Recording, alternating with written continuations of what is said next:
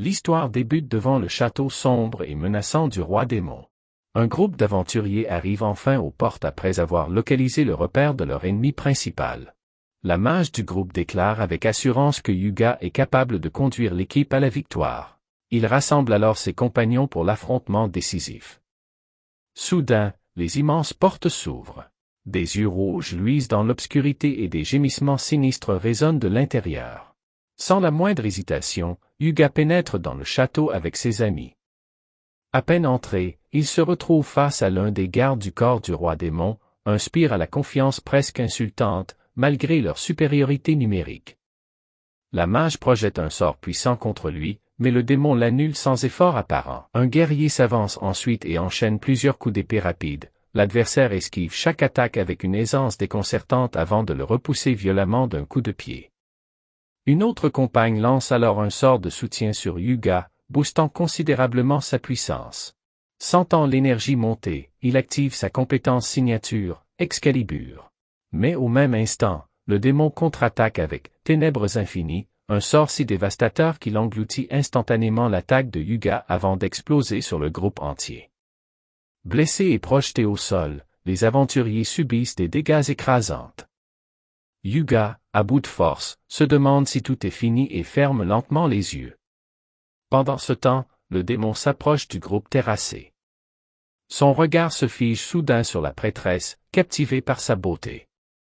L'un de ses subordonnés lui demande s'ils doivent achever les intrus. Le capitaine sursaute, se rappelant qu'il avait ordonné à ses hommes de rester cachés. Les trois subalternes remarquent que leur chef fixe étrangement la jeune fille, mais il prétend simplement réfléchir au sort des 4 aventuriers. Quand il propose de les éliminer, il ordonne au contraire de les jeter dans un village voisin. Tandis que la prêtresse est emmenée dehors, le démon ressent une pointe de tristesse à l'idée de se séparer d'une femme aussi ravissante. Un mois plus tard, l'un des bras droits du roi démon interroge Yoki, le capitaine démon, sur le nombre de fois où ces héros insupportables ont tenté de le défier. Yoki répond calmement, exactement 13 fois. Le seigneur Zakil se moque en riant, ces héros sont inutiles s'ils perdent toujours contre quelqu'un comme Yoki.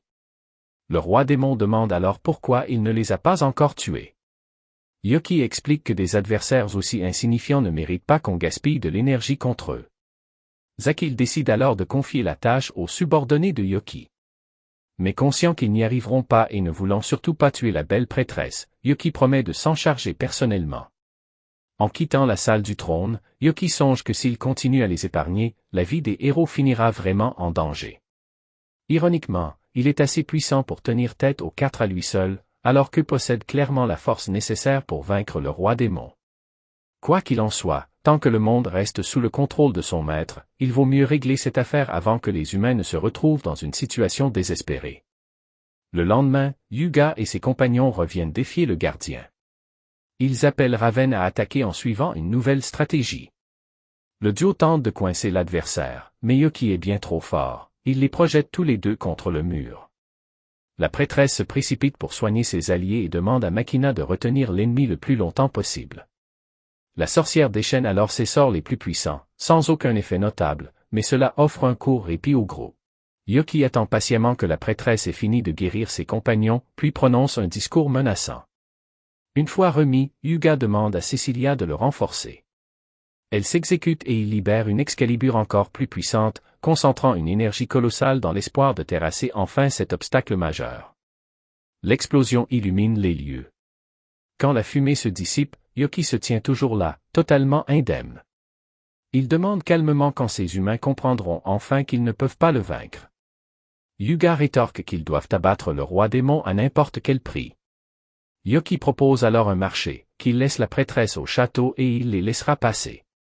Hyuga refuse catégoriquement, mais Makina tente de le raisonner, ils n'ont aucune chance contre cet homme. Il faut choisir entre la vie d'une seule prêtresse et celle du monde entier. Hyuga hésite, anxieux. Cecilia prend alors la parole et demande à ses amis d'y aller. Elle se sacrifie pour le groupe. Hyuga promet de revenir la chercher. Fidèle à sa parole, Yoki ouvre la porte et laisse passer les 3 héros. Restée seule avec lui, Cecilia sait qu'elle ne fait pas le poids, mais elle refuse de se rendre sans combattre. Elle tire un laser sacré sur Yoki. Il absorbe l'attaque sans mal, lève les mains en signe de reddition et se présente enfin, « Je m'appelle Yoki ». Intriguée, elle lui demande pourquoi il se présente à quelqu'un qu'il s'apprête à tuer. Il répond que s'il avait vraiment voulu la tuer, elle ou ses compagnons seraient déjà mortes depuis longtemps. En réalité, il rassemble son courage pour lui avouer qu'il est tombé amoureux d'elle dès le premier regard. Il l'invite à un rendez-vous. Terrifiée, Cecilia crie et s'excuse. Pensant à un refus, Yoki conclut qu'il n'a aucune chance et commence à envisager de mettre fin à ses jours. Croyant à une ruse, la prêtresse tente de frapper la première alors qu'il se détourne. Mais elle s'arrête en voyant qu'il ne se défend vraiment pas. Il explique qu'après ce rejet, il n'a plus aucune raison de vivre. De toute façon, même s'il survit, il restera enfermé ici à protéger le Seigneur, sans jamais pouvoir sortir ni attaquer les villages humains et il n'en a même pas envie.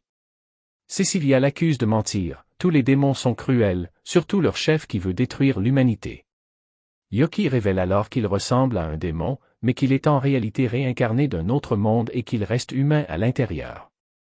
Elle lui demande pourquoi il sert le roi démon alors qu'il pourrait le vaincre facilement. Il répond que s'il le faisait, il deviendrait le nouveau roi démon, ce qu'il refuse absolument. Il passe donc ses journées cloîtrées, sans but, attendant que sa vie misérable s'achève. Mais tout a changé le jour où il a rencontré Cecilia. Pour la première fois, il s'est senti vraiment vivant. Maintenant rejeté, il a de nouveau perdu l'envie d'exister. Touché, Cecilia lui dit qu'il ne devrait pas penser ainsi. Avec une telle puissance, il a le pouvoir de changer le cours de cette guerre. S'il possède ne serait-ce qu'un peu d'humanité, il devrait utiliser sa force pour sauver le monde du roi démon. Elle lui tend la main et l'invite à combattre à leur côté. Il est encore temps. Quelque temps plus tard, dans le royaume de Clarine, le groupe de héros est décoré par le roi pour avoir vaincu le roi démon. Darzalt et Clarine proclament 3 jours de festivités pour célébrer cette victoire historique. Au loin, Yoki arrache sa propre corne, effaçant les marques de sa nature démoniaque. Il se présente ensuite parmi la foule en héros anonymes. Le cortège des héros défile sous les acclamations. Yuga déclare qu'il n'aurait jamais gagné sans Cecilia, ce qui rend Makina visiblement jalouse. De son côté, Yoki, désormais débarrassé de tout signe démoniaque, se rend à la guilde des aventuriers et demande à s'inscrire. Le réceptionniste, un peu agacé mais patient, lui remet le formulaire. Yoki le remplit rapidement et reçoit une carte d'identité de rang F. Clément, le guichetier, lui recommande de ne surtout pas perdre cette carte pendant les 3 jours de festival, car il sera seul au comptoir. Il lui souhaite bonne chance. Plus tard, dans une auberge, Yoki pose une belle pile de pièces sur la table, satisfait de l'argent gagné lors de sa première journée.